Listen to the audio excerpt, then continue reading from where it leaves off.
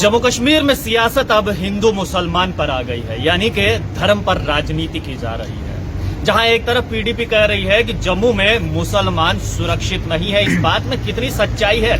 और भी ऐसे बहुत सारे मुद्दे हैं जिन पर आज चर्चा करेंगे। चर्चा करने के लिए मेरे साथ इस समय बलवंत सिंह मनकोटिया हैं, पूर्व विधायक है। मनकोटिया साहब, पीडीपी कह रही है कि जम्मू में मुसलमान सुरक्षित नहीं है। उनके युवा अध्यक्ष का यह बयान है, ट्राइबल पे है, कह रहे हैं कि जम्मू में मुसलमान सुरक्षित नहीं है। आपको भी लग रहा है कि जम्मू में मुसलमान सुरक्षित नहीं है, या किस हिसाब से ये कह रहे हैं? देखिए, जो कमज़ोर लीडरशिप होती है, चाहे वो जम्मू की हो, कश्मीर की हो, देश की हो, तो वहाँ पे धर्म के आधार पे राजनीति करने की कोशिश वो लीडर्स करते हैं। और मैं ये कहना चाहूँगा कि ये लीडर सुरक्षित नहीं है, क्योंकि बड़ी आसानी से ये स्लोगन दे के, ये नारा दे के कि फलां कौम, फलां बरादरी, फलां धर्म सुरक्षित नहीं है, तो बड़ी आसानी से लोगों को अट्रैक्ट किया जाता है। बड़ी आसानी से लोगों को अट्रैक्ट किया जाता है, वोट बैंक को अट्रैक्ट किया जा सकता है।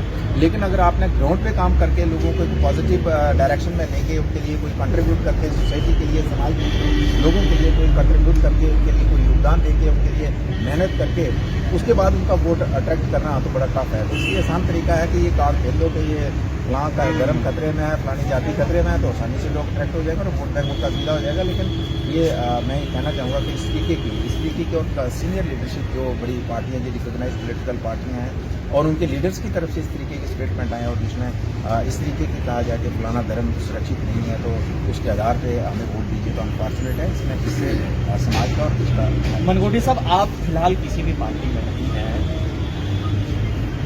एनसी पीडीपी लगातार ये कमेंट पास कर रही है कि भारतीय जनता पार्टी ये कह रही है कि जितने भी मुसलमान हैं वो पाकिस्तानी है, और खासकर जम्मू कश्मीर के मुसलमान पाकिस्तानी हैं। जहां तक अगर मेरा तजुर्बा है, आज तक मैंने किसी की भी स्टेटमेंट में इस प्रकार से कभी सुना ही नहीं है, चाहे वो छोटा नेता हो, बड़ा नेता हो, कभी भी इस प्रकार की कोई स्टेटमेंट नहीं आई है। मैंने इसलिए कहा कि आप किसी पार्टी में नहीं है, आप बेहतर से बता सकते हैं कि क्या आपकी नॉलेज में कोई ऐसा नेता है जिसने ये कह दिया हो बीजेपी का कि मुसलमान जो है वो पाकिस्तानी है? देखिए, होता यह है कि जब बड़ी पॉलिटिकल पार्टीज हैं, जब बड़ी नेशनल लेवल है, स्टेट लेवल की पॉलिटिकल पार्टीज हैं, तो उनके नेताओं के कई बार ऐसा होता है कि जिसको बाद में कह देते हैं कि गलती से स्लिप ऑफ टंग हुआ है, तो इक्का दुक्का कहीं मेरे माइंड में नहीं है। मैं ये जनरल बात कर रहा हूँ।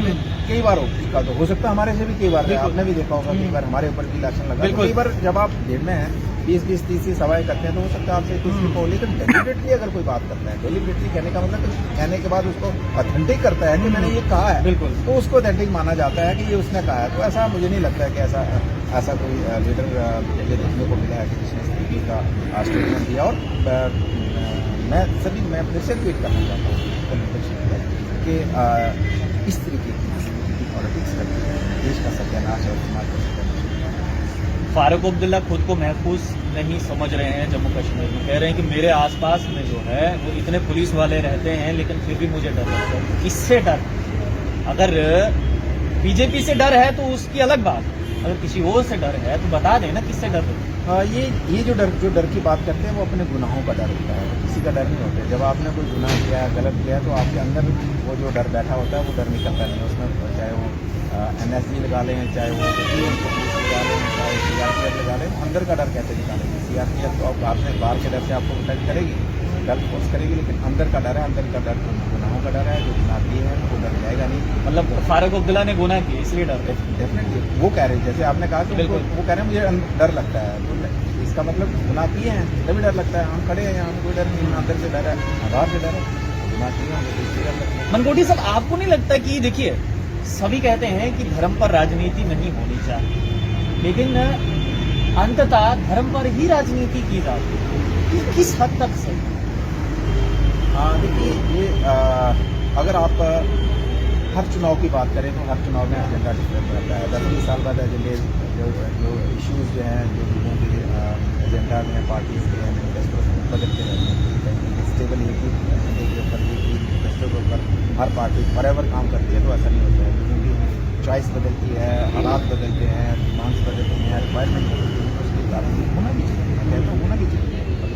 आप ये की बात करोगे और आने वाले समय जो आज से 70 साल पहले जिस चीज़ की आज उसकी नहीं है, तो इसलिए मैं यही कहना चाहूँगा कि समय के अनुसार, लोगों की ज़रूरत के अनुसार कानून तो चाहिए। कानून आज जो बनता है तो 20 साल बाद उसको चेंज करना पड़ता है, क्योंकि लोगों की ज़रूरत बदलती है, इसलिए बदलना पड़ता है। तो समय के अनुसार सिस्टम को चेंज। लेकिन एक पार्टी अगर मुसलमानों की बात करती है, अच्छी बात है, आप कीजिए, हिंदुओं की बात कीजिए, मुसलमानों की बात कीजिए, सिख की कीजिए, ईसाई की बात कीजिए, लेकिन एक पार्टी जब मुसलमानों की बात करती है, उनके हकों की बात करती है, तो वो सही हो जाता है। तो वहीं अगर दूसरी पार्टी हिंदुओं के बारे में बात करती है तो वहां पर विक्टिम कार्ड खेल लेते हैं, कहते हैं कि नहीं ये तो हिंदुओं के ठेकेदार बन गए।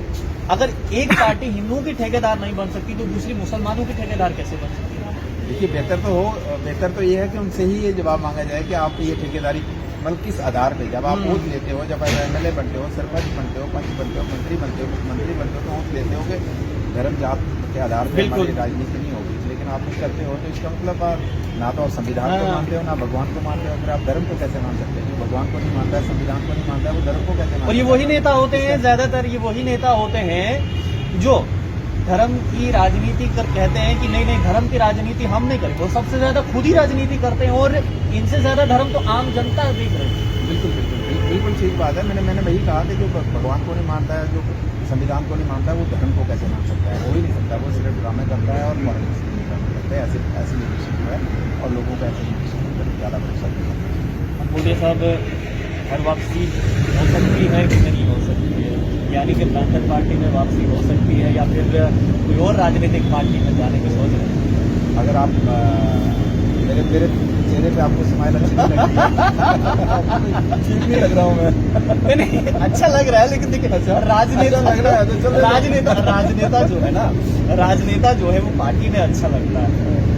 नहीं, ऐसा नहीं है। बेसिकली अनफॉर्चुनेट है कि हम सारे राजनेता बन गए। हमें बनना चाहिए सोशल एक्टिविस्ट, समाज के गर्व, समाज के दुख, समाज की सुख, समाज के साथ खड़ा होना है। तो हम सारे राजनेता राज करने वाले नेता बन गए हैं। थोड़ा सा चीजें किया अपने आप को, वापस आया हूँ, अपने पोजीशन पर वापस आया हूँ और राजनेता से जितना हमें ग्राउंड में काम करेंगे। राजनेता तो हर गली में मतलब 9-10 राजनेता करते हैं। तो वैसे भी मैं कहूँगा कि हमने अपने आप को राजनेता समझा भी है और अच्छा भी है और हम कोशिश करते हैं कि आम नागरिक करके काम आदमी करके लोगों के लिए बड़ी पॉसिबल है वो कर सकते हैं, नहीं कर सकते। बातचीत करने के लिए बलवंत सिंह मनकोटिया बातचीत कर रहे थे और देखिए स्पष्ट रूप से कहा है कि धर्म पर राजनीति मत कीजिए धर्म पर राजनीति। और साथ ही साथ घर वापसी पर कहा है कि हमें राजनेता नहीं बने, हमें एक सामाजिक कार्यकर्ता बनना चाहिए जिससे हम आम जनता के साथ जुड़ सकें। और फारूक अब्दुल्ला पर कटाक्ष करते हुए कहा है कि अगर फारूक अब्दुल्ला को डर लग रहा है, इसका माने ये है कि उन्होंने कोई ना कोई तो ऐसा गलत काम किया है जिसको लेकर फारूक अब्दुल्ला अब कर रहे हैं। आप लोग की रिपोर्ट कैमरामैन गगन के साथ देव ठाकुर।